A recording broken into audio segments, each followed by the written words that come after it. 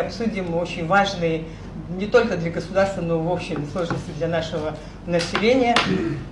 Самое дорогое и ценное наше здоровье. Доставлен ангиограф в Республику Абхазия. Вы знаете, это сложное направление, когда человеку нужно делать при определенном коронарном синдроме коронарографию и стентирование. Да? Сегодня мы вынуждены отправлять наших граждан, которые получают необходимая такая помощь, в Сочи, в 4-ю больницу, при необходимости оттуда с транспортом санитарной авиации в 1-ю краевую в Ачаповского, Краснодар, но вот этот золотой час, он теряется. В рамках договоренности с Минздравом Российской Федерации вы знаете, что курортный сезон, очень много у нас ротавирусной инфекции, в зимний период другая инфекция. Сейчас у нас находятся коллеги из Российской Федерации, мы запрашивали 22 специалиста, ежегодно нам Минздрав Российской Федерации помогает в этом направлении. И вся медицинская документация была отправлена на протяжении 4 месяцев в Российскую Федерацию. Целый научно-исследовательский институт занимался этими вопросами. Мы сейчас получили от них информацию, эта информация